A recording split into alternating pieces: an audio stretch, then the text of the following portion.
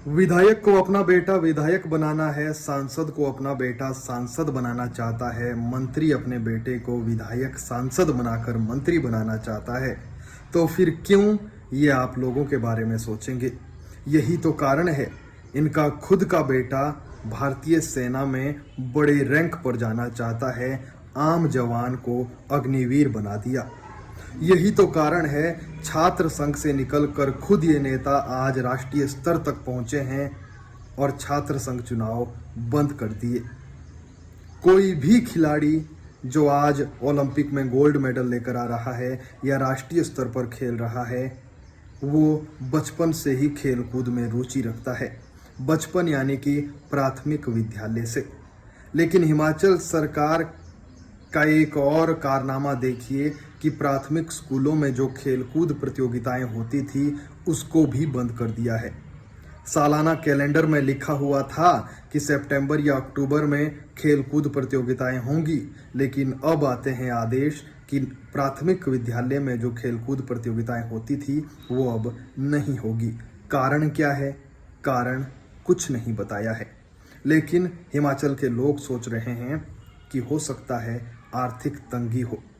लेकिन आर्थिक तंगी, आप लोगों की 2.5 लाख रुपए की सैलरी पर आप क्यों बच्चों का भविष्य खराब कर रहे हैं? खेलकूद से जुड़े हुए व्यक्ति बताते हैं कि प्राथमिक स्कूल में तो खेलकूद न केवल मानसिक तौर पर बल्कि शारीरिक तौर पर भी बहुत जरूरी होता है।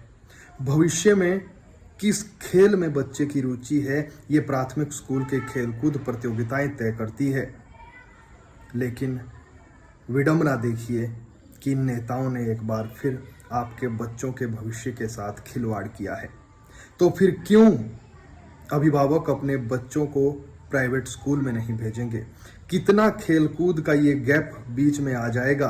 प्राइवेट स्कूल में खेलकूद प्रतियोगिताएं होंगी, लेकिन जो सरकारी स्कूल का बच्चा है वो खेलकूद प्रतियोगिताओं में भाग तक नहीं ले सकेगा। खेलेगा इंडिया, बढ़ेगा इंडिया, ये सिर्फ एक नारा साबित हो रहा है। हमें तो लगता है कि खेल मंत्रालय को, केंद्रीय खेल मंत्रालय को इसमें संज्ञान लेना चाहिए, क्योंकि एक बहुत बड़ा मसला है। आज प्राथमिक संघ जिला सिरमौर की एक पत्रकार वार्ता हुई। उस पत्रकार वार्ता में ये बात पता चलकर सामने आई कि खेलकूद प्रतियोगिताओं को प्राथमिक स्तर पर बंद कर दिया गया है।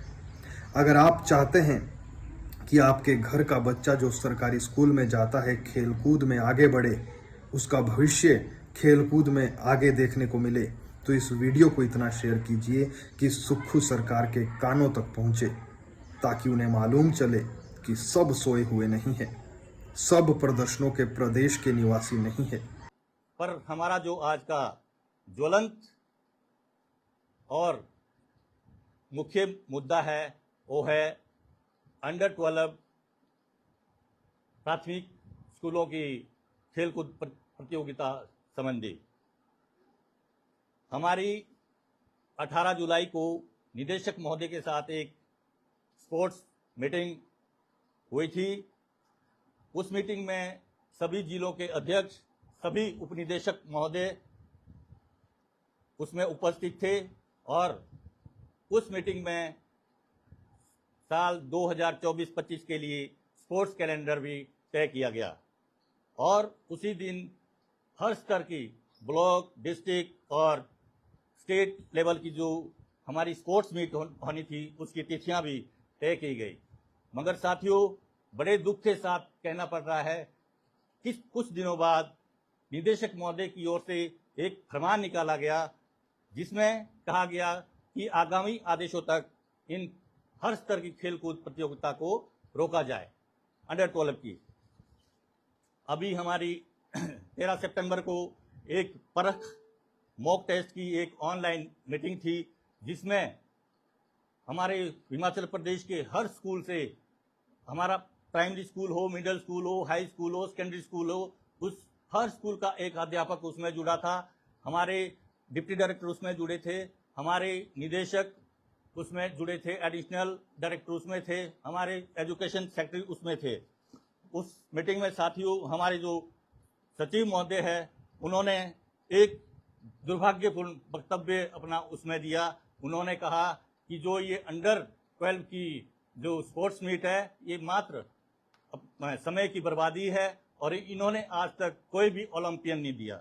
मैं शिक्षा सचिव महोदय से पूछना चाहता हूं कि आज तक अंडर 12 की कितनी ओलंपिक हुई है और आज ऐसा कौन सा ओलंपियन है जो सीधा ही बिना प्राइमरी, मिडल या सेकेंडरी लेवल की टूर्नामेंट खेल के ओलंपियन बन गया। हमारी ये जो स्पोर्ट्स मीट है ये पिछले लगभग 28 सालों से चली आ रही है। मैं सचिव महोदय को कहना चाहता हूं कि जो पिछले अधिकारी थे या पिछली जो सरकार थी, क्या वो बेवकूफ थे जिन्होंने आज तक इसको चला के रखा था? मगर हमारे सचिव महोदय इस बात को भूल गए हैं कि अगर बच्चे का सर्वांगीण विकास करना है तो उसमें खेलों का होना भी बहुत जरूरी है। हमारे साथ विभाग और सरकार भेदभाव कर रही है। हमने सोचा भाई हमारी जो सरकार है वो वित्तीय संकट से जूझ रही है, मगर अगर वित्तीय संकट से जूझ रही है तो ये अंडर 14, अंडर 19 के टूर्नामेंट क्यों चल रहे हैं? और जबकि उनके जो बजट है उसमें भी इजाफा किया गया है, मगर जो हमारे छोटे छोटे नौनिहाल है इनके साथ बड़ा भेदभावपूर्ण रवैया इस सरकार ने, विभाग ने अपनाया हुआ है।